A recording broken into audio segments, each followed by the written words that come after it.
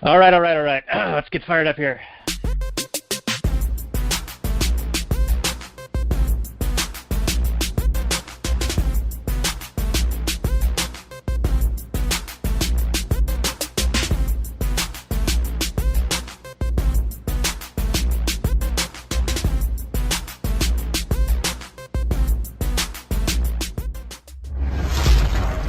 Maximum freedom. Read. Stay on target. Maximum freedom. Stay on target. Maximum freedom. Read Rothbard. Hello and welcome to the next episode of the Actual Anarchy podcast, the show where we talk about movies from a Rothbardian Anarcho-capitalist perspective. My name is Daniel, my co-host is Robert, and we're going to talk about Man of Steel today. This is episode 46 and can be found at actualanarchy.com/46. If you like what we do here, do check us out at actualanarchy.com/tipjar. You can find out all the ways to support us. We've got Amazon links, Liberty Classroom links, readit4.me, and also our trusty Patreon link. And that's at patreon.com/readrothbard. And Robert and I were just on a show with Liberty Weekly yesterday talking about the death of Hollywood. That can be found at libertyweekly.net/37. But let's say hello to Robert. How are you, my man? Hello, Robert. Robert's doing all right. Hopefully we'll get a little bit of juice going on this episode, but I know we're a couple of old men and we're tired, so we'll do the best we can. Although I am excited to do this episode. This is one I've been wanting to do for a while. It's not a perfect movie by any stretch, and it's got a lot of interesting points that I thought that are maybe worth a little bit of analysis. So hopefully Daniel will feel the same. We'll find out. We will find out. But first, before we do, let's find out what you had for dinner last night. What? Well, we're supposed to have banter, like let the people in on our lives here. Oh, okay. So people want to know. My cousin recently moved into the valley. He moved about a mile away from me.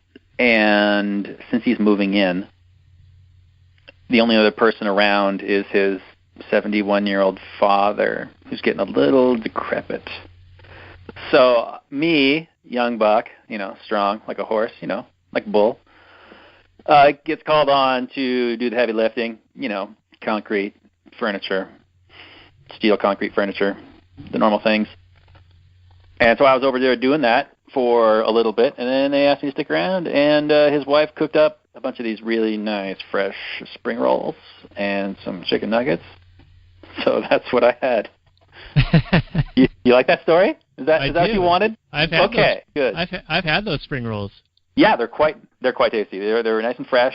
In fact, these were the ones that were being considered to being sold at the barter fair. And I was thinking you could probably get at least like $1.50 for each one, especially if you sold them in, like 5 or 6 in a pack for like $10. Like the average meal there was between $9 and $12. So, you probably just throw some noodles on top of it or something and put $10 price tag on it, call it good. I think you're doing all right. Is this like those food truck competition shows that you see? Are there like a bunch of competing food trucks and they're all trying to like score the most points or get the most people? Oh, you're definitely trying to get the most people. There wasn't a ton of variety there. Like a lot of it was just normal fare food, like brats, elephant ears, crap like that, burgers. And there was some interesting one-off stuff, but I don't know. I didn't stick around too long. It's not my jam. The last time I went to a fair was the Puyallup Fair, which is kind of a big deal in this state, doing the Puyallup. It's like probably the biggest fair in the state, I want to say. And even that, I was almost bored to tears. What do? You walk around and you look at stuff that you don't want, and then you could pay some exorbitant price for some terrible food, or you could ride some rides that you are not really very good. I don't know. I don't see the appeal. The only thing that's cool about the fair is the animals and sometimes the musical performances, in my opinion, because they can get some pretty good acts. Well, back when we were kids, I enjoyed the rides and whatnot, Those death traps? The zipper? They spin you around in the rust buckets? Yeah, banging you against the sharp metal edges of shit. I just remember wanting them to be over. If you ever go in like the zipper or the one where you get on and the centrifugal force spins you around, and you're just like, this is not fun. This is just vomit-inducing. Why am I doing this? Yeah, and you see all the creaky machinery, and it's like just old bald tires, like moving everything. Yeah, and then you see the screws like rattling. You're like, those need to be tightened down a little bit. What's going on? Yeah, they're all rusty, rusty and loose. Yeah, rusty and loose. It's on the sign out front. But I mean, the fair food, it's kind of fun, right? The elephant ears and hot dogs and whatnot. Okay, it's not you want to pay $9 for an elephant ear? Go ahead, knock yourself out. It's some dough covered with sugar and cinnamon. Yeah, well, see, what you got there is you've got a geographic monopoly, right? It's sort of like stadium food. Yeah. Because there's no other competition permitted in that space. If you want food, you're paying, $9 for an elephant ear, or if you're like at a football game, it's, I don't even know, like $12 for a beer these days. Yeah, you're paying convenience prices. Yeah, or you can bitch about it, but it is, it's completely voluntary. You can buy it or not buy it. It's not a, Yeah, like you know what you're getting into. The movie theater thing, that came up with the hurricanes in Florida and Texas, where people were whining about price gouging. And with movie theaters? No, so places were charging more for a case of water than they otherwise would have because of the hurricane. And people were all upset about it. Because like, oh, it's price gouging, it's illegal, it's immoral, it's unethical, whatever.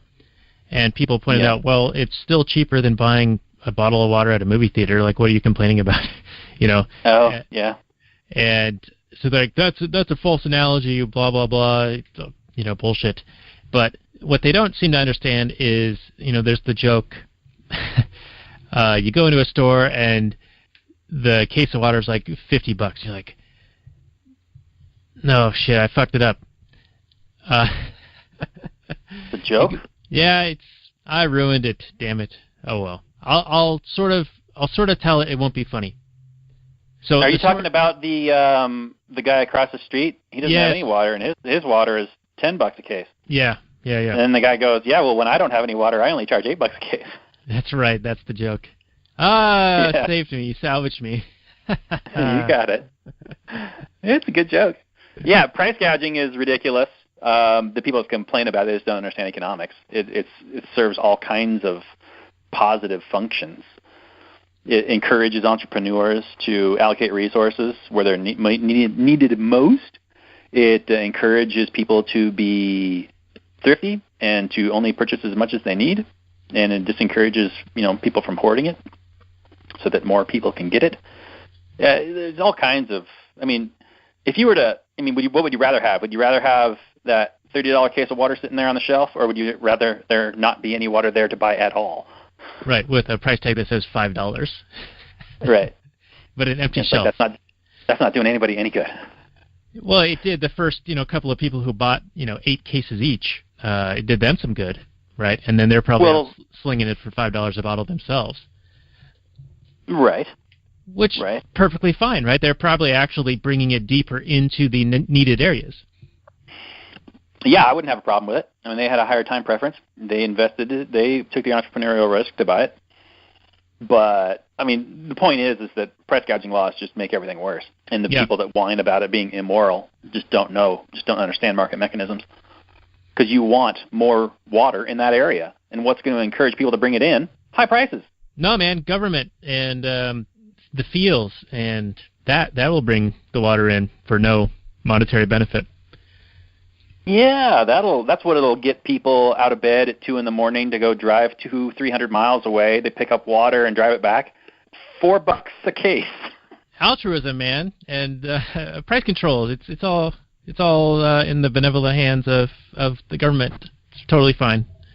It's so frustrating when you know the truth, you know the right answer, and you keep hearing these just dumb, tired, old responses. Yeah, it's like people don't want to learn the stuff, and even when you point it out for them very simply, very logically, they just ignore it. They don't understand it, or they'll try to get you on some technicality of how you said a certain word. It's really bizarre how people who really don't understand how all this works tend to argue with you, and they try to trip you up on something and then treat that as if it refutes everything you've said. Yep. Welcome to arguing on the internet and arguing with the left and arguing with people who are emotionally invested in their dumb arguments. You know. Yeah. So I want to wind this back to the food thing because one of our buddies who runs a website, he posts a lot of food. He's a baker, and he posts a lot of stuff on like Twitter, pictures of things that he's created, and he's put together a website that has all of his recipes and whatnot, and it's actually kind of cool. It's called The Culinary Libertarian, and it's at culinarylibertarian.com. And I don't know if you're too much into the whole baking thing, Robert, but it might be something to check out. He's got a bunch of recipes on there, baking and savory, and also just general articles on libertarianism itself. And he wrote a paid ad.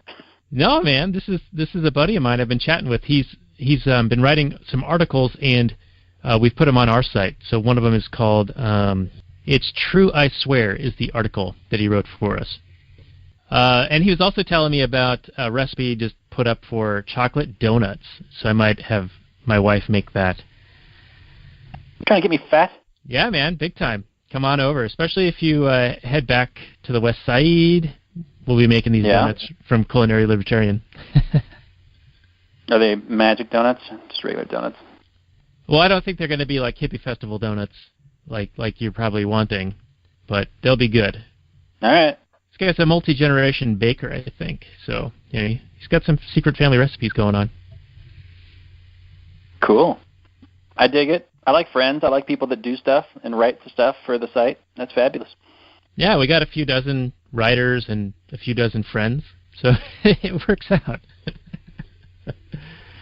So anyway, let's get talking about this movie. Okay. Shall we? Do we want to do let's do it. El Google Descriptione? Yeah, read it, Daniel. Read it. Read it to us. Read it into my ear hole. Soft and hard and wet. Alrighty. Here we go. Google description, Man of Steel. Came out in 2013. It's a fantasy science fiction film, 2 hours and 23 minutes, 7.1 on IMDb, 55% Rotten Tomatoes, and 87% of Google users like it. Google users seem to have like zero discernment. It's always the highest number. No and scruples. Even on shithouse movies, it's way above like 60 or 70%. I don't understand it. Yeah, it seems really bizarre. I had trouble watching this movie, but we'll get into it. But here's the description. Okay. With the imminent destruction of Krypton, their home planet, Jor-El, played by Russell Crowe, and his wife seek to preserve their race by sending their infant son to Earth. The child's spacecraft lands at the farm of Jonathan and Martha, played by Kevin Costner and Diane Lane. They're the Kents, who name him Clark and raise him as their own son. Though his extraordinary abilities have led to the adult Clark, played by Henry Cavill, living on the fringe of society, he finds he must become a hero to save those he loves from a dire threat. And that's the end. That's it. Yeah, that doesn't really say much, so I can't get too much wrong. Yeah. But I didn't hear anything wrong in there. So box office, $668 million US, budget of $225, and it's part of a film series, Justice League film series, DC Comics. So you got your Batmans and your Wonder Womans kind of all intermixing here. This is competing with the Marvel universe, right? Yeah, this is essentially the first movie in that series. Because technically the Nolan Batmans don't count, and Superman Returns also does not count. So Snyder is kind of like the captain of the DCEU ship, or DCCU. I don't know. It's not supposed to be called that, but who cares? Yeah, so Nolan was, I think, a producer on this one, so he was involved. Mm-hmm. But I don't know if that's a big deal. Now, I have a question for you. It's called Man of Steel, and it's sort of a reboot, right? It goes back and forth, shifting in time pretty frequently. And they don't really use the term Superman, except in a sort of throwaway line by one of the military guys. Is that purposeful? Is it because of some, were they not supposed to use the term? I don't think so. I think it was more a storytelling idea of the writer to be like, well, they wouldn't just call himself Superman, and it wouldn't be like, look up in the sky, it's a plane, it's a Superman. They didn't want to do anything so hokey. So okay, all right. Yeah, I think it's more like that. Especially with turning the S into the hope thing. Yeah, that seemed weird. But whatever, it's an alien language. What do I know? Right. Yeah, I mean, it changes the story quite a bit. Not quite a bit, I guess. I mean, all they really had was Krypton blowing up, and then he's sent to Earth as a baby. But he's always traditionally just been, the S to stand for Superman, right, or Super, or whatever. You didn't need, but I guess whatever. You're telling your own story. It's fine. I didn't really have a big problem with it. It felt like they were trying to break from the cartoony, comic booky version a little. Oh yeah, definitely. I mean, the Superman Returns was kind of an extension, supposedly an extension or continuation of the Donner Superman 1, 2, 3. Okay, or at least 1, 2. 3 and 4 technically never happened, supposedly. There's wash that. What was the Richard one? Pryor, the Quest for Peace or whatever? The Quest for Peace is the one where he fights that nuclear man on the moon. And, yeah, the special effects are horrific, and the budget just fell away, and they didn't, they're just trying to cash in on a dying franchise at that point. But the first two movies are actually pretty decent, done by Richard Donner. Yeah, I'm going to say this right now. Christopher Reeve is Superman for me.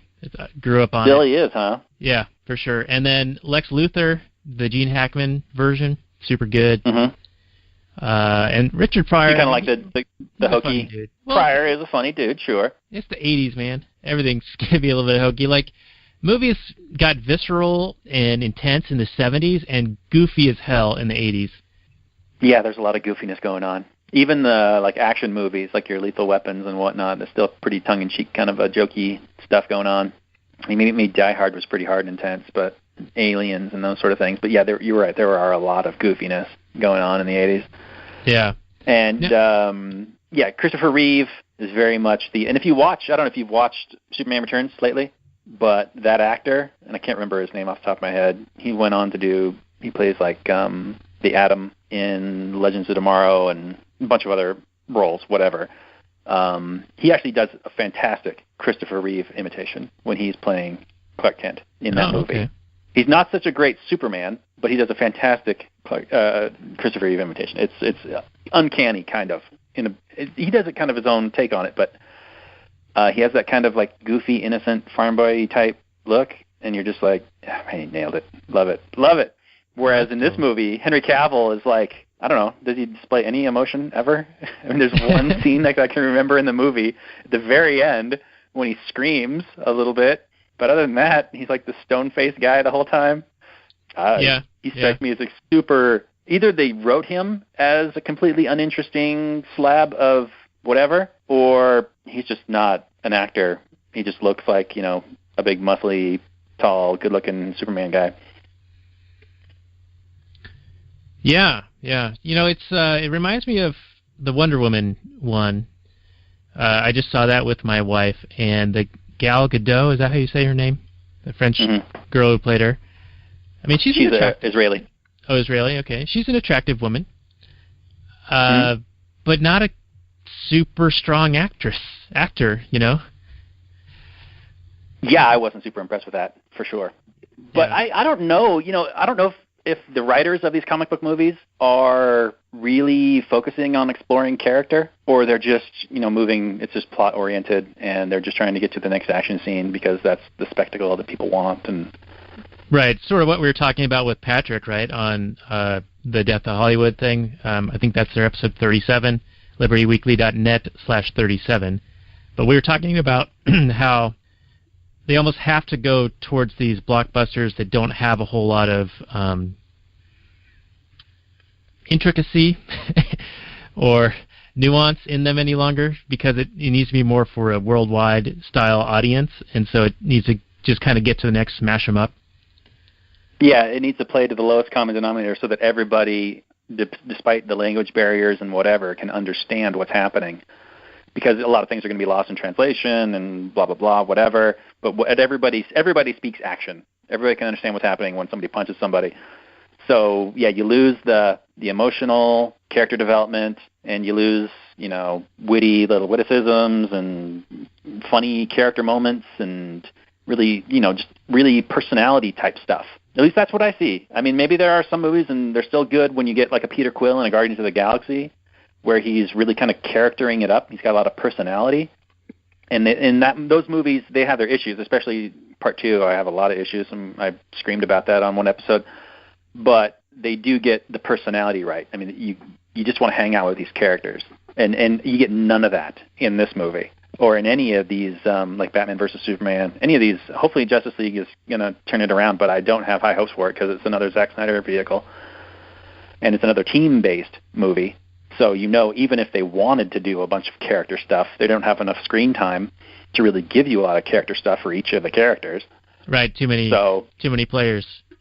Right. So, and even in this movie, you just got basically this movie is all about Zod and Superman.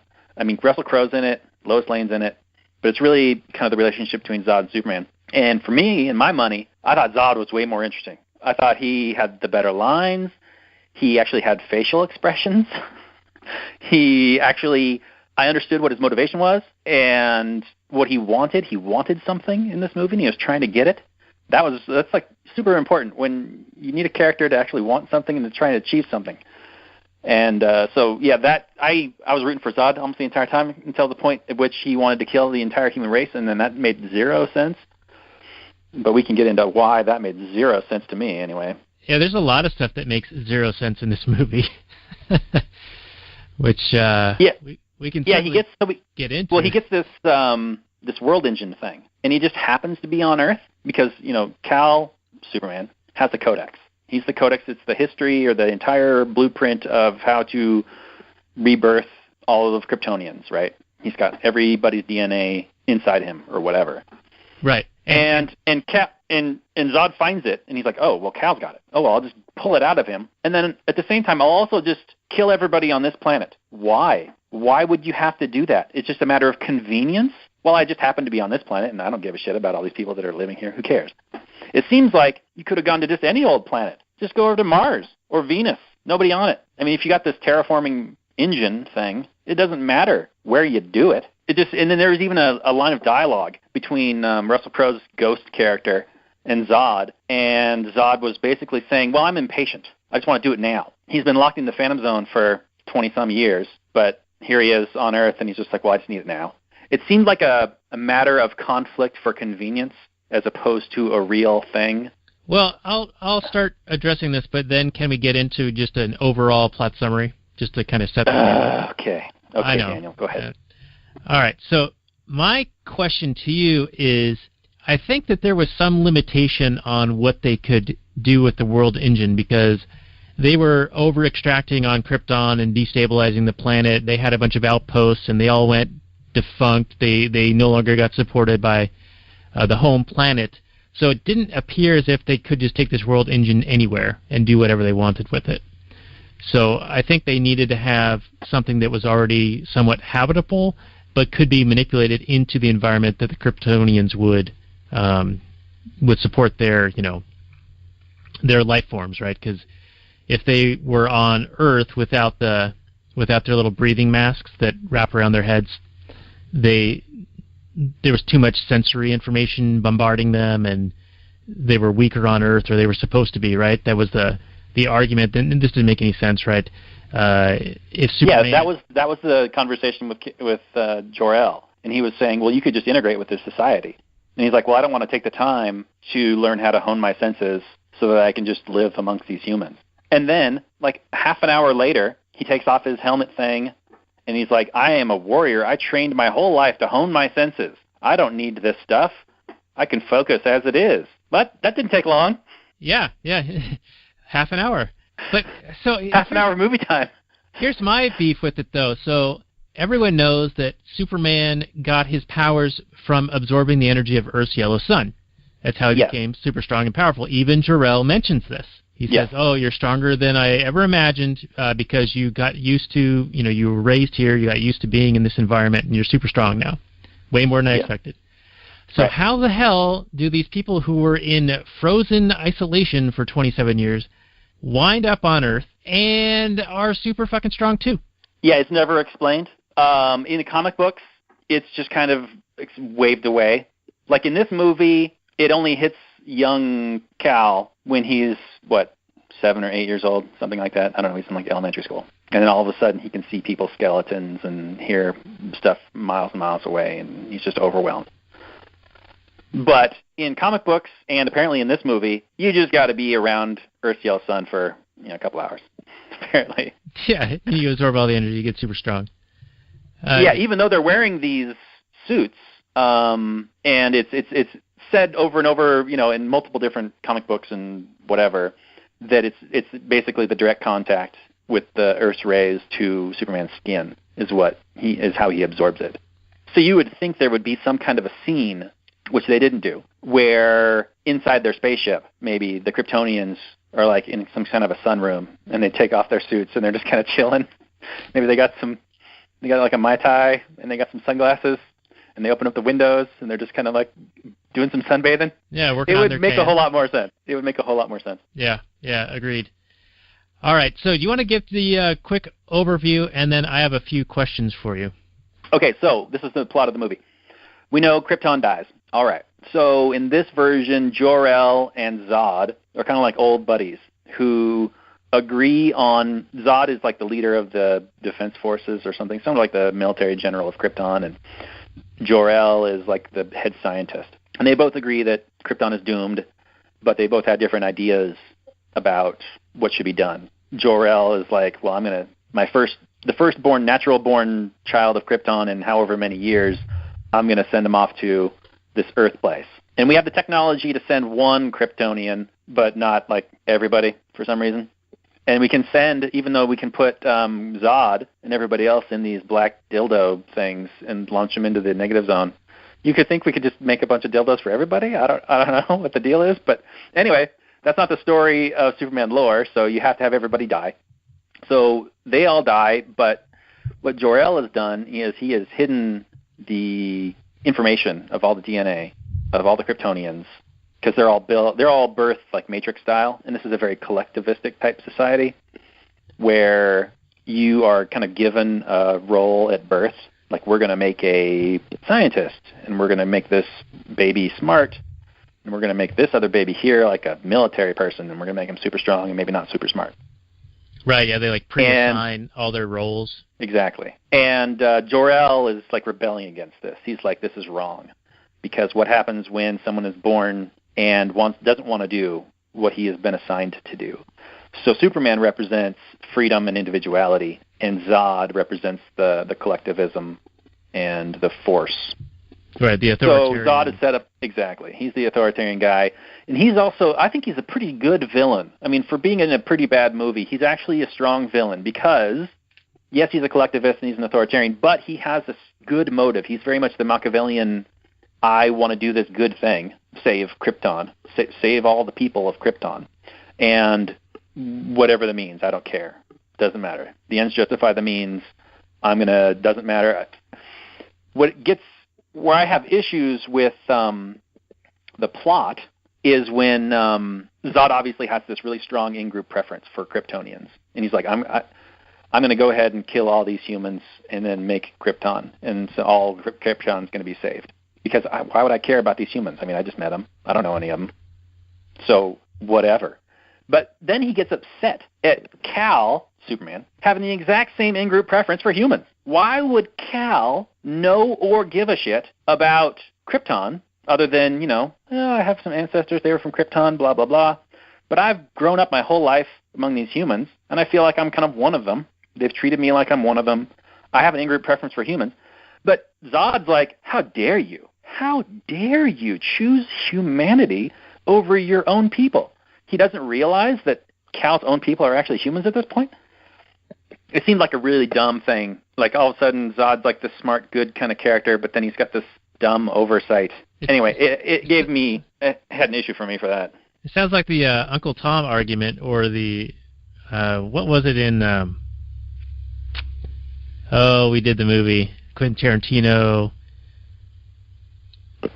Django, yeah. Oh, yeah. With the Sam Jackson character. Oh, right, yeah. House Negro. Okay, so Clark gets sent he gets launched off. Krypton blows up, but not before Zod is sent to this Phantom Zone. And apparently they came up with some kind of technology and they got themselves out. They escaped. And it's just kind of explained away. And so then Cal, when he's on Earth, he's like digging around and he finds this old Kryptonian ship that they had sent out 20,000 years ago to do reconnaissance and searching and whatnot.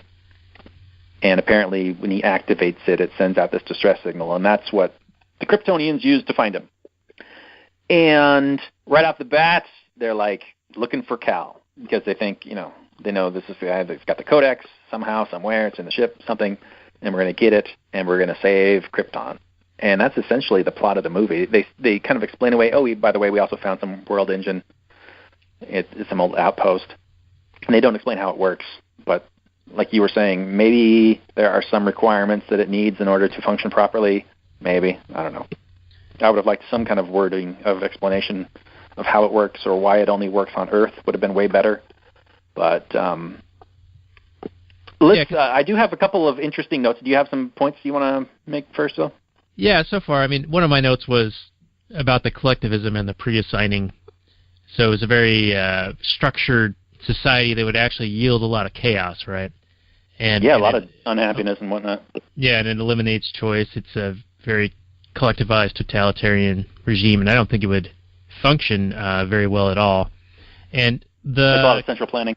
Yeah, a lot of central planning that would fail. Yeah. And they had this high council that was making decisions, and apparently they were over extracting some resource from the core, right, that was destabilizing the planet and that was going to make it get destroyed. And I feel like that was a little bit of a watermelon message in this film. The the garbage can is destroying the Earth. So that they talked about that in this movie, and have Krypton blow up. Oh, you think that was like an environmental message that we were supposed to take home and feel bad about? Yeah, call your congressman. I didn't quite get that, but I could see you seeing that. I bet you, if I probably watched it again, I could probably read into it, something like that, yeah. There's always some sort of environmental message but I give them a bit of a pass because they have to have Krypton blow up. That's the whole story of Superman. So they got to have some kind of reason why it blows up, I guess. Yeah, for sure. And with Krypton blowing up, that's what released Zod and the other coup d'etat members from their cryo freeze. Because whatever was holding them for their sentence was like the spell was broken when Krypton blew up for whatever reason.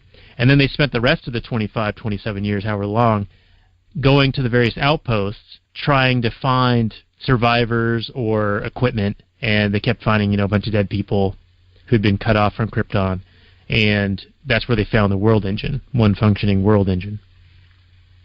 Yes. But it doesn't make a lot of sense, right? If they had that technology, why would they have allowed Krypton to blow up? Why would they have all these outposts all around the universe and not use the world engine on some other viable planet and turn it into Krypton 2? It doesn't make a lot of sense, but it's beside the point. Well, and they have all these ships. They've got all these spaceships. Why just put Cal in one little baby spaceship and send him off? Yeah, and it's the lead scientist, right? Jor-El is the lead scientist. He should have access to any of the equipment. Yeah, not only does Jor-El, and he's not just some peon. You're right. He has access to apparently all kinds of. He could probably access all kinds of spaceships. And they never explain that. Zod absolutely has access to spaceships. He could have been ferrying people off the planet. If everybody knows, or these people know that it's going to blow up, it's going to end badly. Why aren't they evacuating? Seems like a normal thing. Maybe they at least could have had, oh, no, we don't believe you. You're just a sky is falling kind of a guy. You've, warned us about this way too many times. We don't believe you. You were wrong in the past. It's not going to happen again. And then, oh, shit. Okay, yeah, get out. Oh, no, it's too late. Okay, we're flying away, but, we're caught in the blast or something like that. That would have been a little more believable for me. But, yeah, they got all this technology, and they got all these spaceships, and they only managed to save this one little kid. It seems far-fetched. I know that, for story purposes, only Clark and Zod and Kara, which is Supergirl, can survive, but whatever. it didn't make a whole lot of sense if you got all this advanced technology. Yeah. Anyway. Now, one final thing on the Krypton stuff. I mean, there's like these flying dragons, and it's almost a this is Sparta kind of civilization. And well, we're talking to Zack Snyder here. Yeah, I mean, that's kind of his thing, right? Like, that's how you know it's Zack Snyder. He's got to have this kinetic, Matrix-style CGI, shifting the camera around with these gladiatorial-type, people. Mm-hmm. So that's kind of his MO, his giveaway. It's his jam, dude. This is what he digs. This is what he digs on. He doesn't really dig on writing stories and coming up with new ideas. He really kind of digs on things that he likes and doing cool visuals. So, apparently it's working for him. Yeah, he's doing something right. I mean, he's still employed, still making movies. Yeah, just making hundreds of millions of dollars. I don't think he's the best, but it's hard to argue with success sometimes. All right, so here's So do you want to... go ahead. Well, all right, so here's one question. Why do they punch fight? It has no effect. Like, why are they doing this in the whole movie? The Kryptonians fighting each other, just punching each other? Yeah, and why do the military people keep shooting at them when it does nothing? Yeah, that's a very good point. I mean, other than the fact that you need to have all this destruction and whatever in order to have spectacle. I was struck by the notion that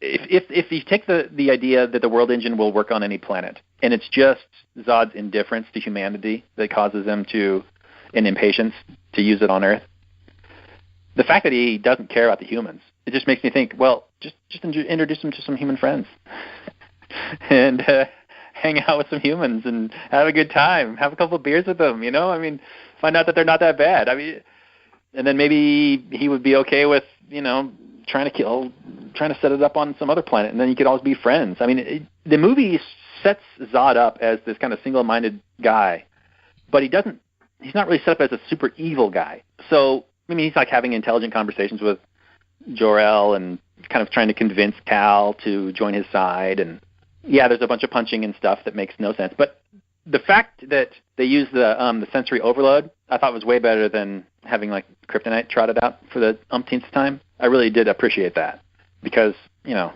kryptonite's just been so done. I really would rather have what we got in this movie than not. Yeah. So but before we do all that, go ahead. Well, the Amy Adams character talks about when the world engine is what do you call it? Terraforming the Earth, making it more like Krypton. She says to Clark that if you go down there to destroy that thing, isn't it going to make you weak because it's making it more like Krypton down there?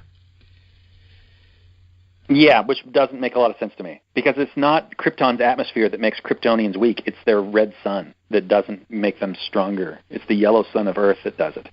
But I understand from a storytelling standpoint that they wanted to have some kind of a threat to Superman. Because, so here's my little rant about tension that I often do in movies like this.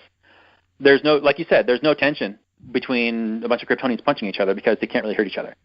But they can destroy property and hurt humans. Problem is, nobody really seems to give a fuck about the humans in this movie.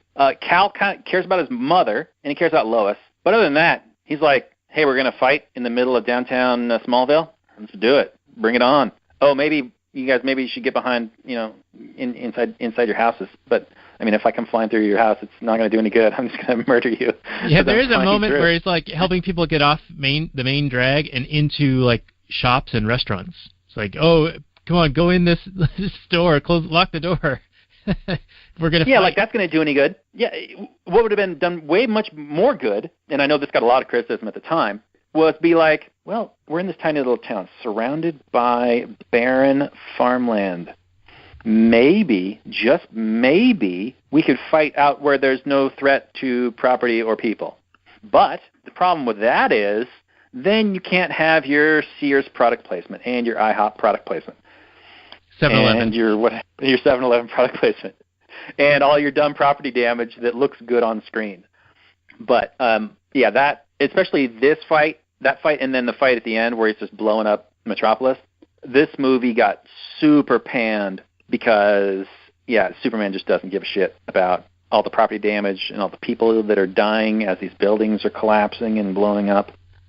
Yeah, and it makes seemed no like he effort. was just punching people into buildings. I mean, that was kind of like what the whole action sequence really was, or throwing them into like a petroleum-filled train car and blowing up the trains. But Yeah, no I mean, if effect, this right? guy, It didn't harm them, so what's the point? yeah, if this guy was a Barbie doll, he would be property damage Barbie. He was all about it.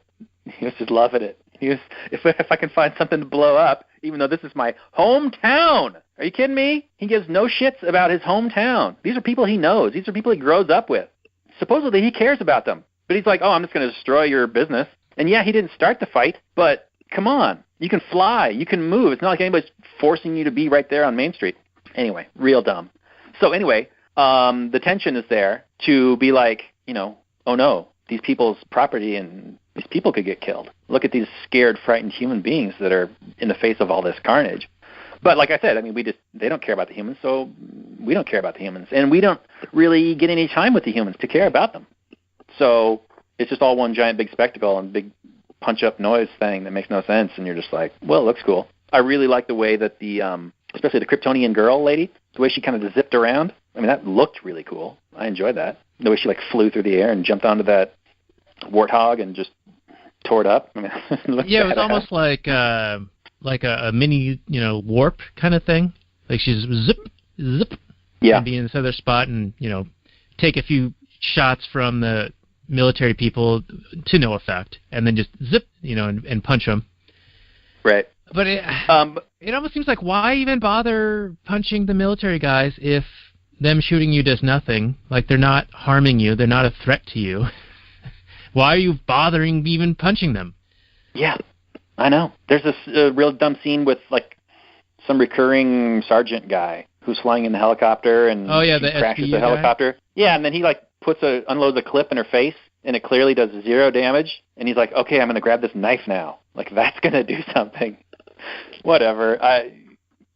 Let's, instead of talking about this right now, we can maybe come back to this because there's a fair amount. But I have some notes earlier in the movie when Clark is just a little kid, because a lot of this movie is based around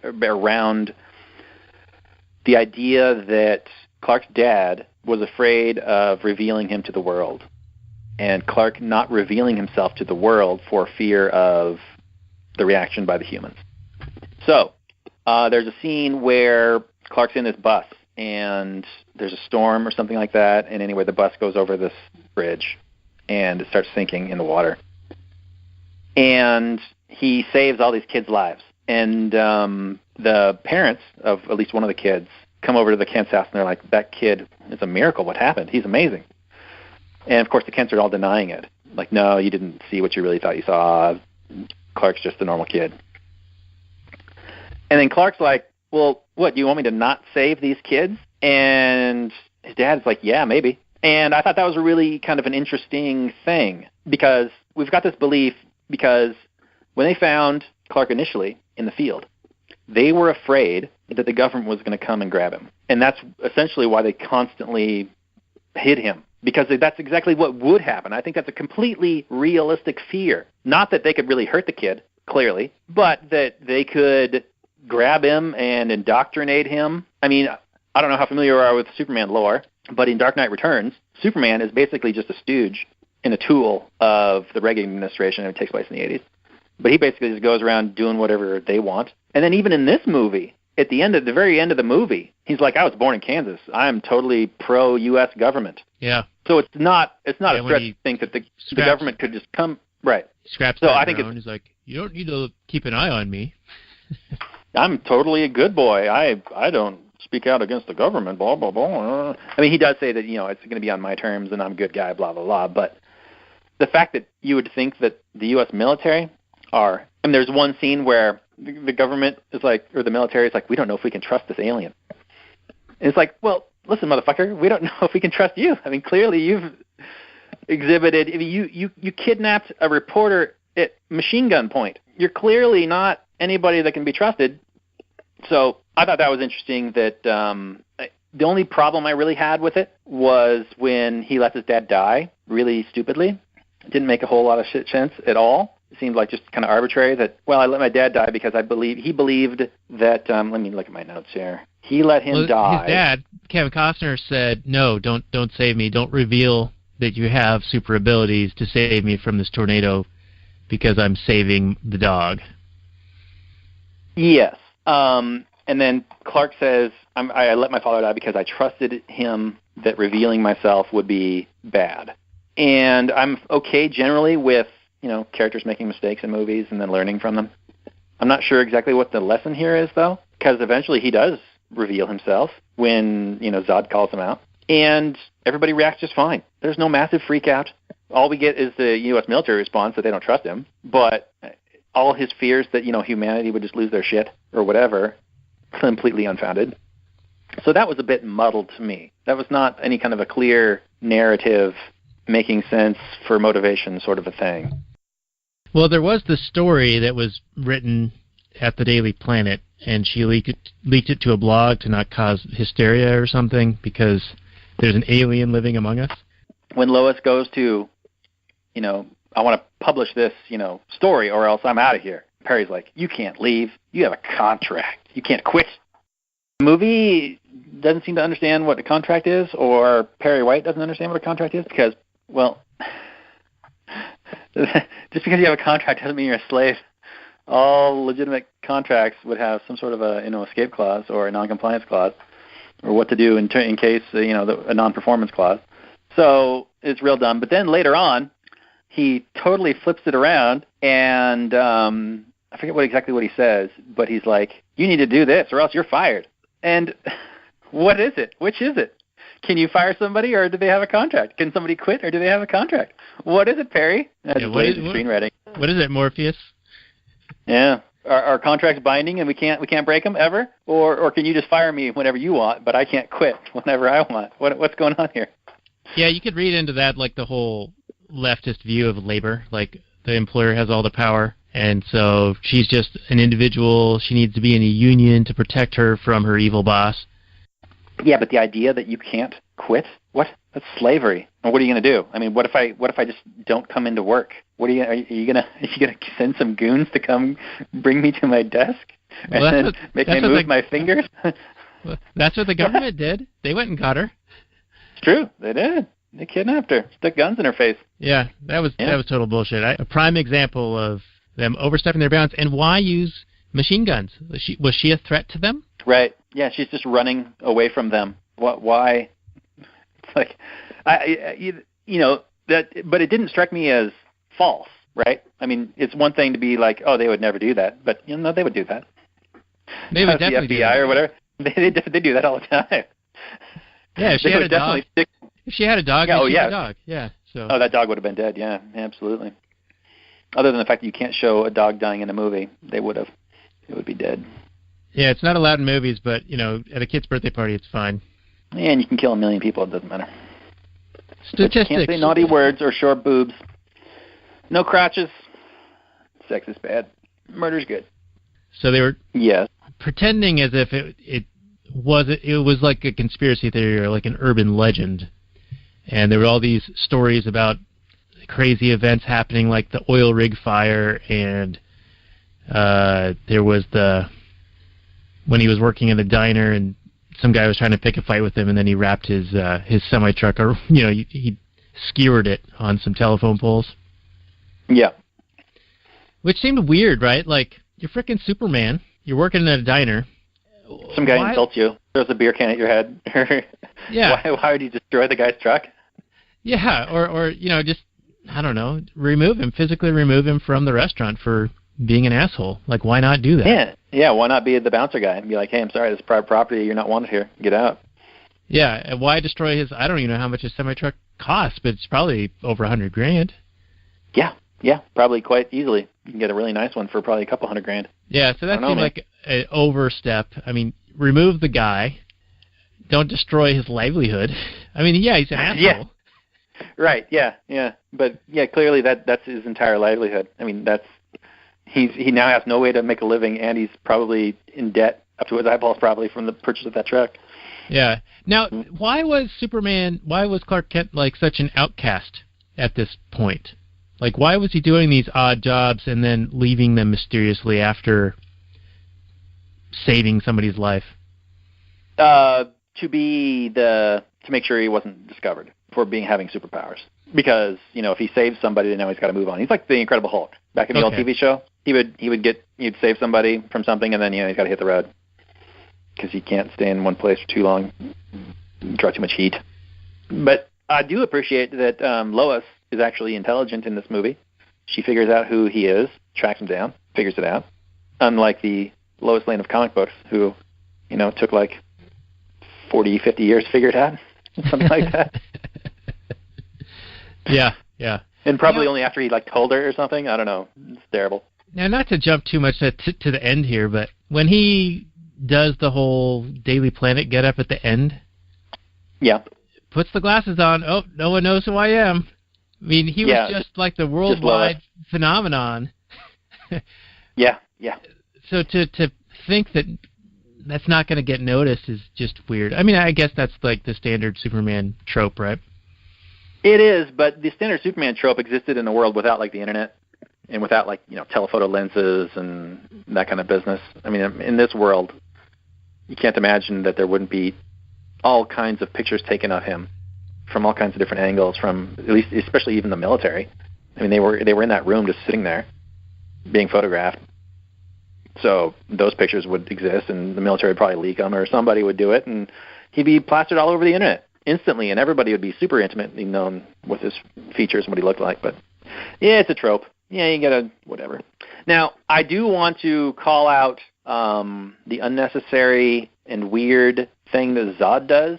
So Zod appears at the planet, and he's like, "I know Superman's here. I know Kal-El is here, and I know he's super strong because I know about the yellow sun and whatever." What he decides to do is essentially terrorize the planet and hold the planet for ransom until Superman shows himself. I mean, generally in the villain world, the idea is to cause a disturbance, and then Superman would have to show up and stop you. I think that's what happens in Superman 2. And I guess they didn't want to do that storyline because it's been done, but I think I kind of prefer that. It's just more of a direct, guaranteed way of getting Superman to show up, as opposed to, what were they trying to do? Were they trying to threaten and kind of turn the whole planet against him and kind of play off the whole mistrust angle, I suppose? Well, it was that was more interesting as a screenwriter. I don't know. It was almost the Dark Knight thing that the Joker did, right? Reveal yourself, Bruce Wayne, or I'm going to kill this reporter guy. Oh, yeah. Yeah, right. Mm-hmm. And then he got the one dude who knew who Superman or who Batman was. He said, all right, kill that guy, and then I'll pay you $1 million, or whatever he said. I forget. But it was that smarmy accountant or lawyer guy who was going to ransom Batman. Yes. And Lucius was like, so you think that he's the most powerful dude who goes around kicking people's asses, and your plan is to blackmail him? Good luck. Yeah, that was a cute line. Okay, so in this movie, though, this next thing I want to talk about, I want to lay out why it makes no sense, and I'm going to try and get you to somehow make sense of it, if you can, if you dare. So Superman gives himself up, and for some reason he turns himself into the United States government, of all things, when really all you have to do is just fly up to the Zod ship and be like, here I am.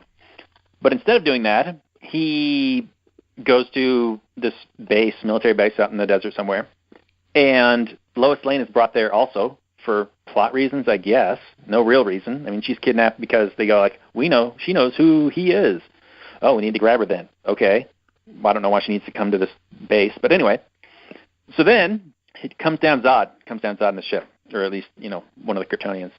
And the dumbest thing in the world happens. So I forget the name of the Kryptonian lady, but she's like, okay, come on, Kal-El, you're coming with us. And he's like, okay. And then she's like, and that lady too. Why? And she's like, Zod wants her. Why it all?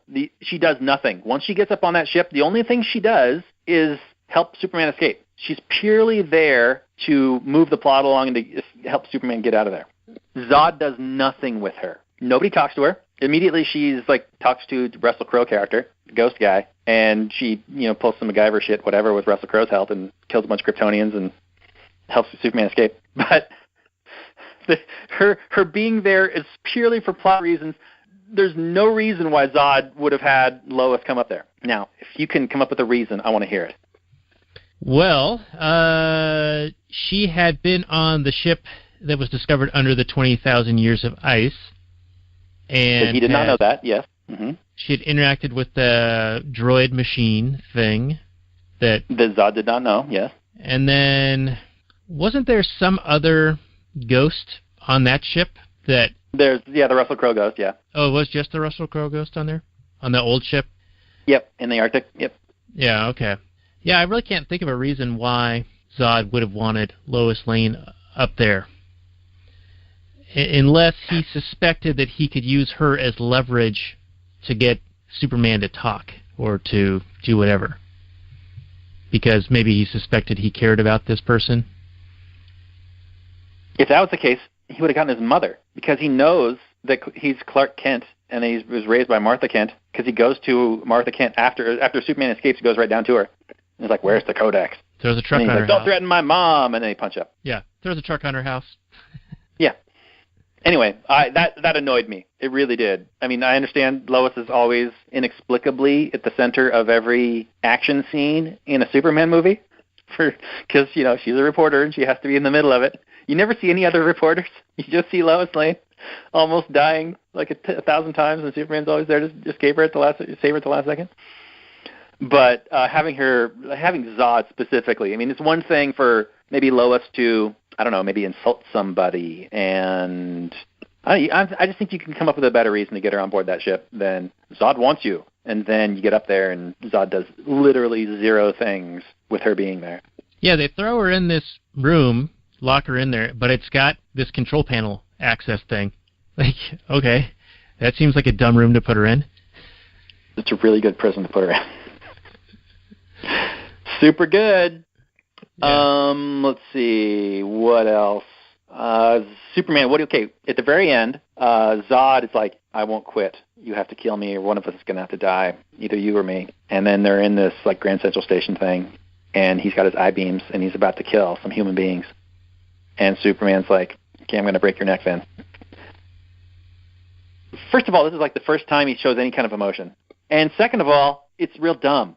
From my perspective, like if I was the Superman in that instance, he doesn't have this no-kill policy. I mean, he's been flying around through these buildings killing millions of people. I mean, he doesn't give a shit. And then when for the first time, he's actually acting in the defense of another. Zod's about to laser brain a couple of humans, and he kills them for it. Like, I'm saving these other humans. He's coming to their self-defense. I think I would have been totally fine with him killing Zod at that point. I know it was a big sticking point for a lot of comic book fans because Superman doesn't kill. But for me, I was like, well, maybe he shouldn't have been trying to kill people. So yeah, you're gonna get whacked. I thought that was a totally justifiable use of force in that instance.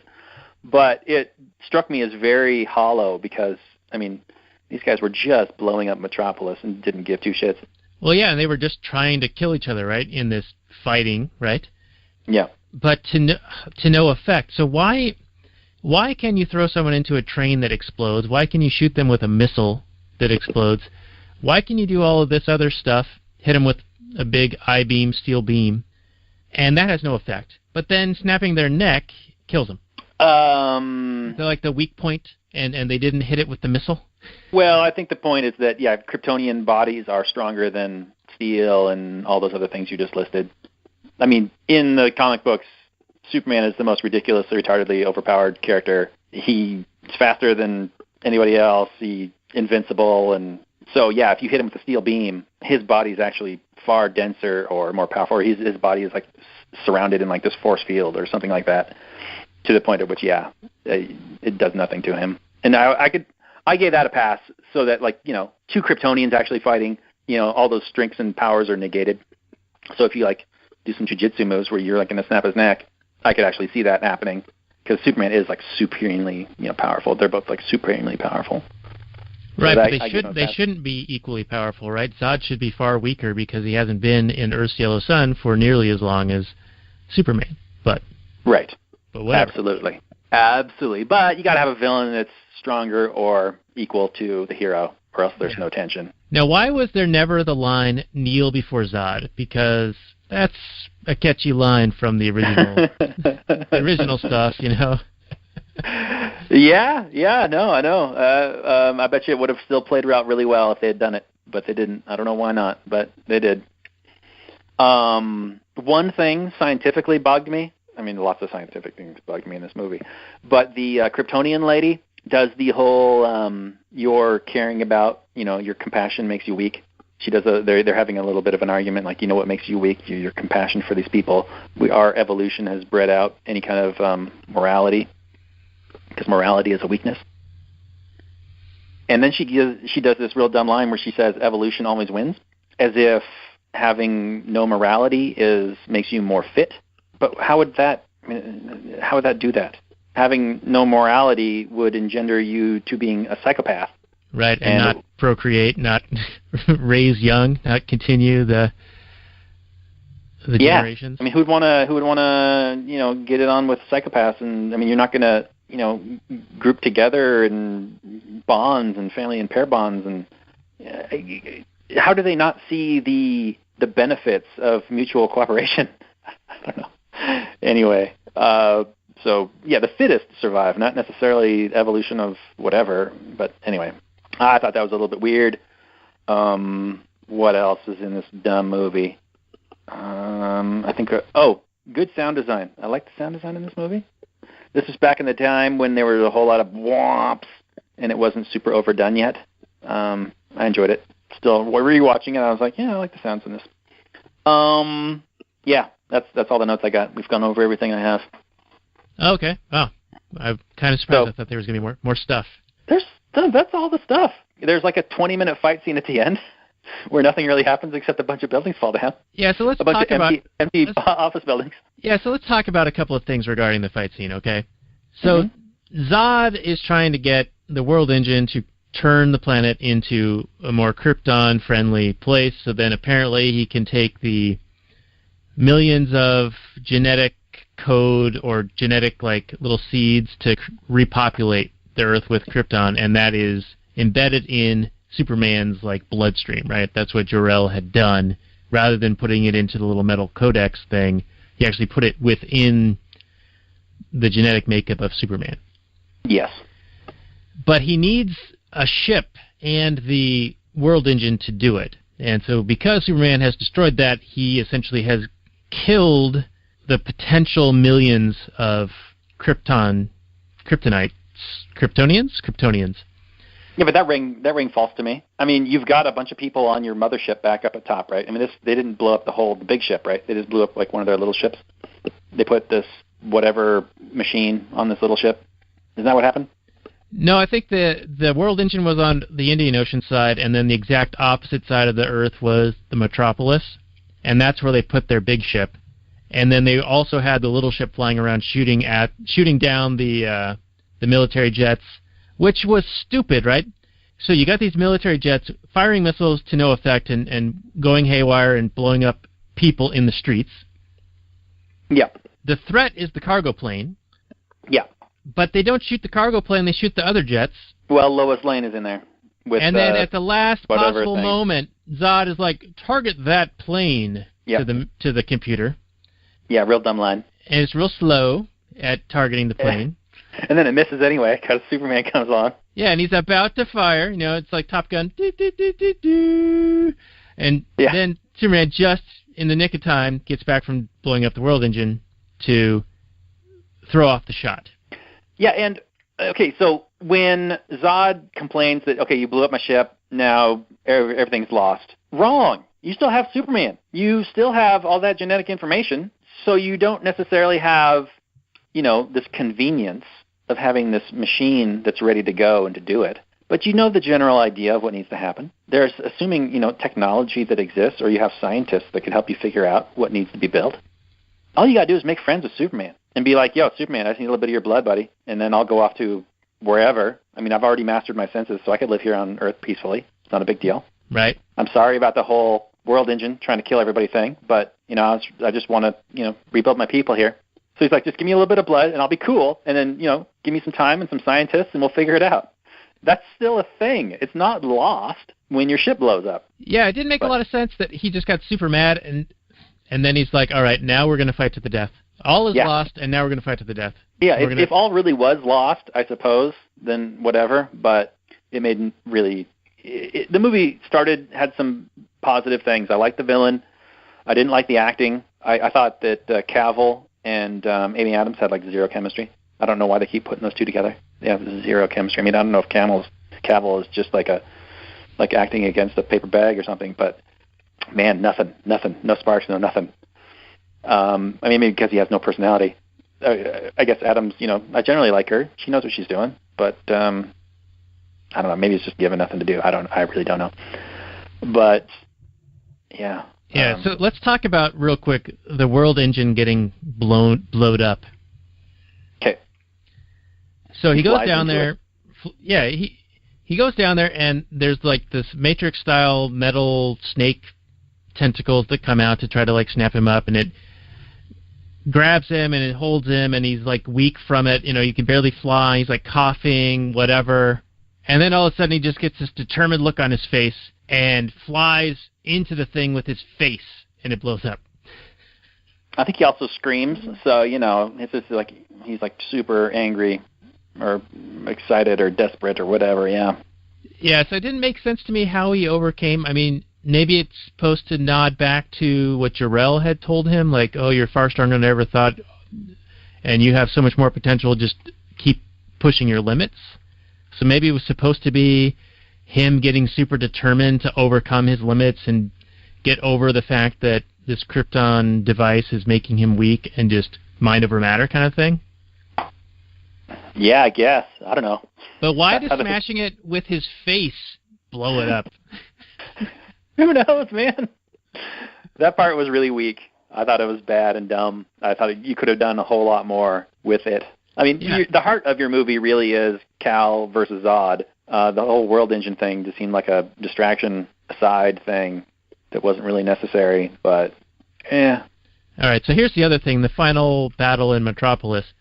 Why are there still people in some of these places? Like, the world engine had been doing the gravity thing, the pulsing thing, knocking cars down, smashing stuff, buildings, whatnot, for a little while. Why have these people not dispersed? Why are there still people in Grand Central Station, a half an hour into this fight, for Zod to threaten with his laser eyes? And why do those people corner themselves in that area and not just move away? Because the script.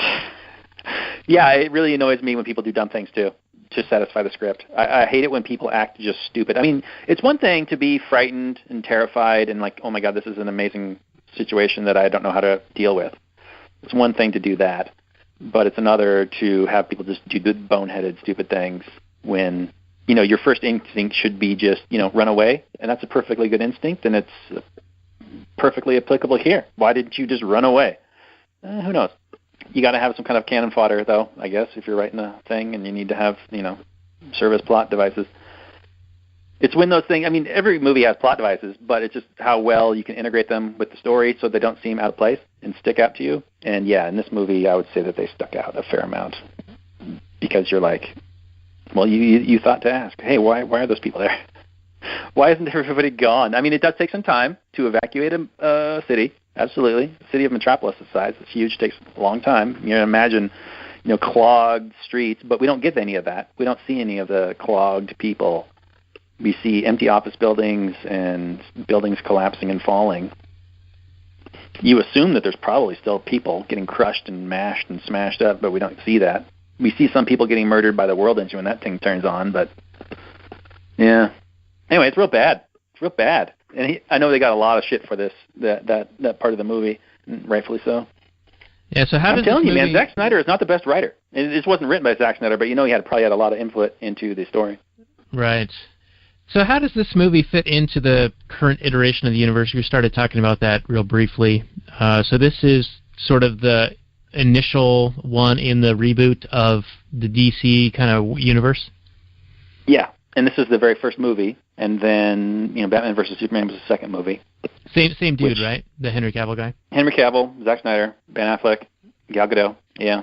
I think they really just tried to do too much in that movie. They really needed to take their time like the Marvel way.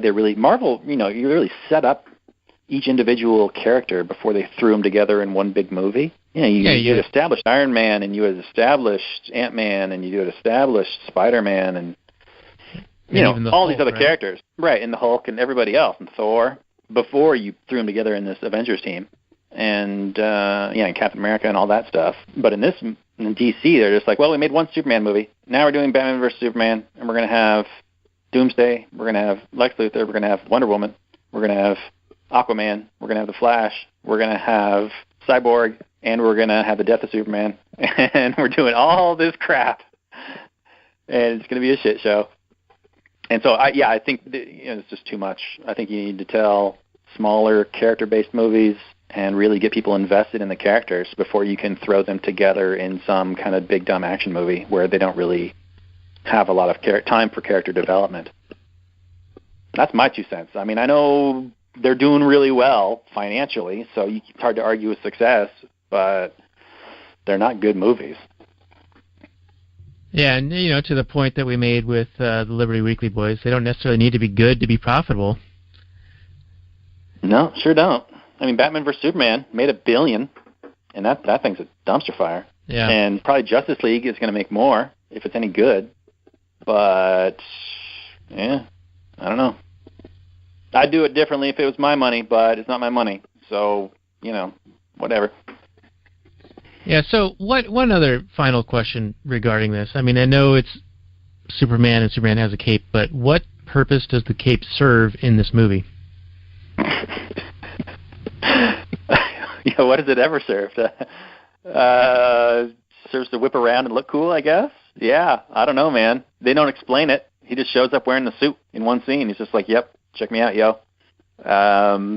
I guess they didn't want to do any kind of origin story with the suit other than to say, well, this is the Kryptonian symbol for hope, and this is my family sigil, and blah, blah, blah. Well, didn't he find this on that ship that was in the ice? The suit was there? Yeah, he found it somewhere. Oh, I guess I missed that part. If that's true, then okay. I guess Kryptonian technology allows for just suits to automatically fit you and have a cape, I guess. I don't know. You didn't see any capes back on Krypton.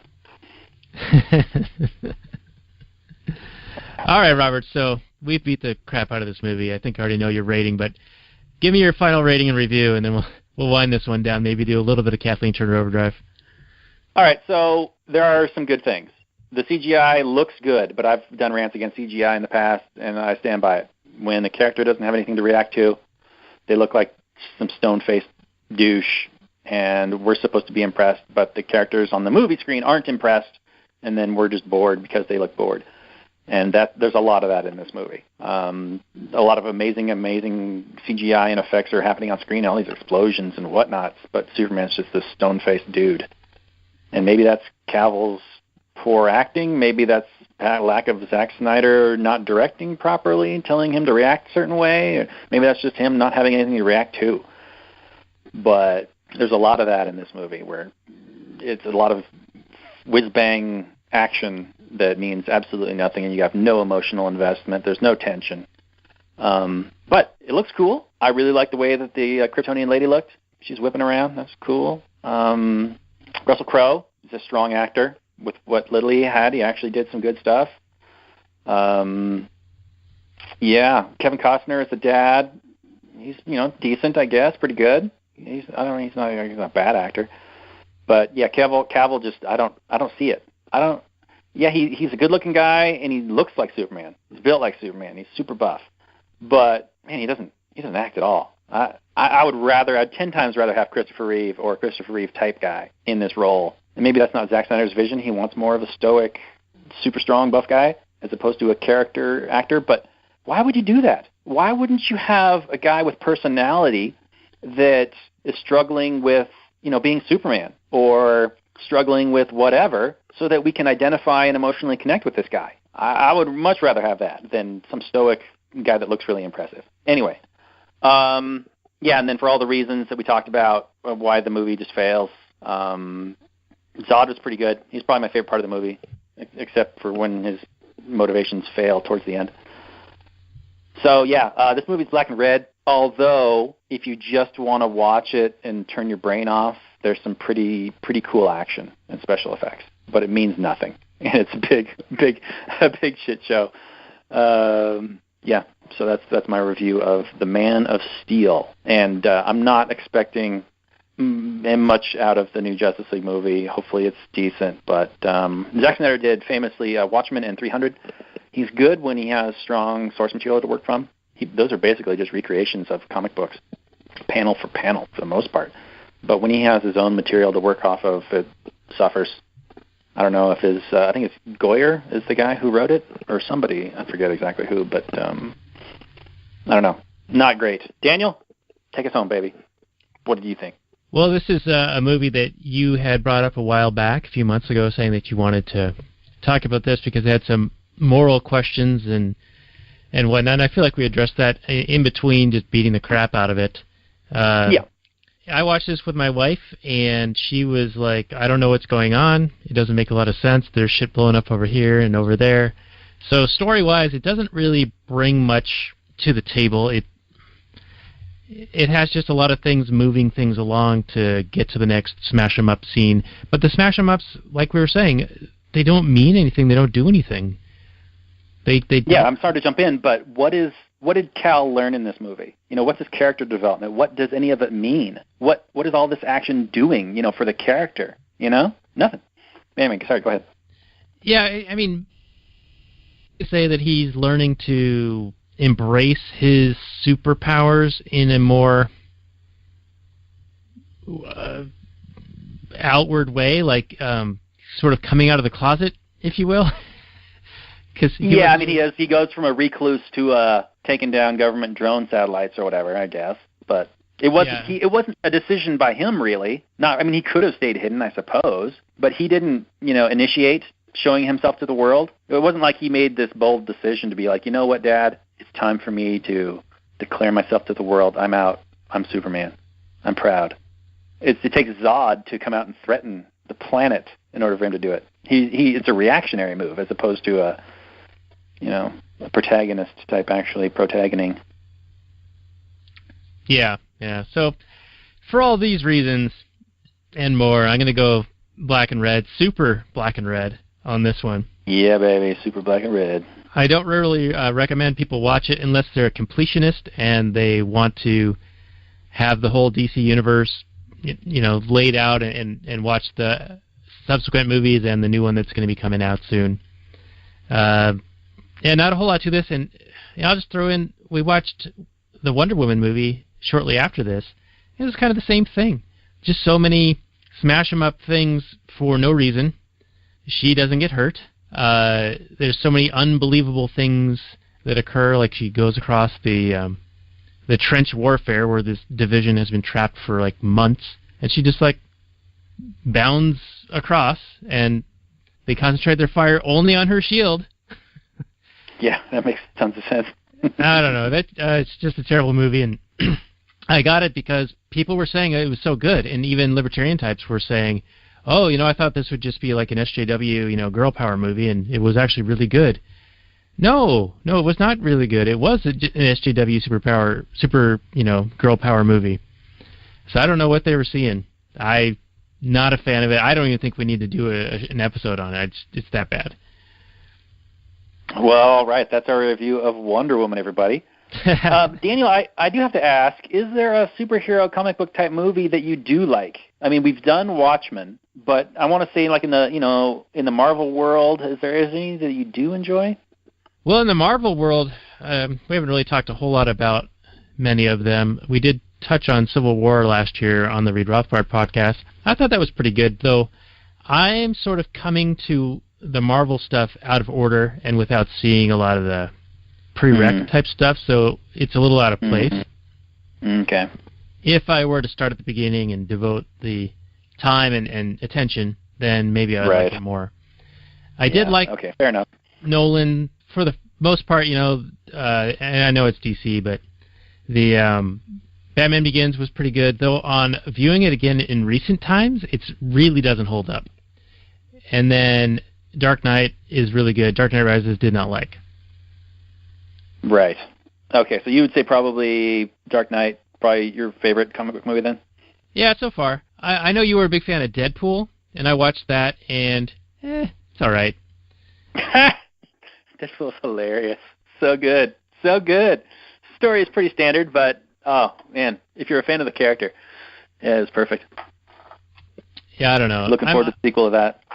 I'm hoping that maybe if I did get into the Marvel stuff a little bit better, then the Winter Soldier and the Civil War would be more meaningful. Right. Understandable. Yeah. Winter Soldier and Civil War are the two movies that are done by the Community brothers. I forget their name, but they were doing the Community show along with Dan Harmon, who is of Rick and Morty fame. So a lot of talent came out of there. All right. Well, that might be why it is the stuff that tends to stand out. So yeah, black and red on this one for me, and black and red for you, and that's our review of Man of Steel. Yeah. Can be found at actualanarchy.com/46. And any final closing comments before we go into the Kathleen Turner Overdrive, Robert? I just want to get people excited for my new shirt designs that are coming out soon. I'm also doing a webcomic, and probably it's all going to be under one banner. It's looking right now that I'm going to be doing my own branding, my own solitaire website, but I might be spreading stuff out to other sites that will be taking my stuff. But, yeah, just look for that coming up. All right, very good, sir, and we'll definitely be posting that at actualanarchy.com, where this episode can be found at actualanarchy.com/46. If you like what we do find ways to support us on our Patreon, patreon.com/Reed Rothbard, or other ways are listed on the tip jar page, actualanarchy.com/tipjar. Amazon links, Read It For Me, Liberty Classroom, etc. All good stuff. We only promote things that we use ourselves and recommend, so that's something that we'll stand by going forward. And also do check out our appearance with Liberty Weekly, where we talked about Hollywood movies and SJWism and cultural Marxism and a whole bunch of other stuff for about an hour with those guys, or just one of them, actually. And that's libertyweekly.net/37. And with that, I think we're going to kick off into Kathleen Turner Overdrive, which is bonus content available for our Patreon supporters of $5 a month or more. So we're going to get into that and bid you adieu. Good night, everyone. Adios, muchachos.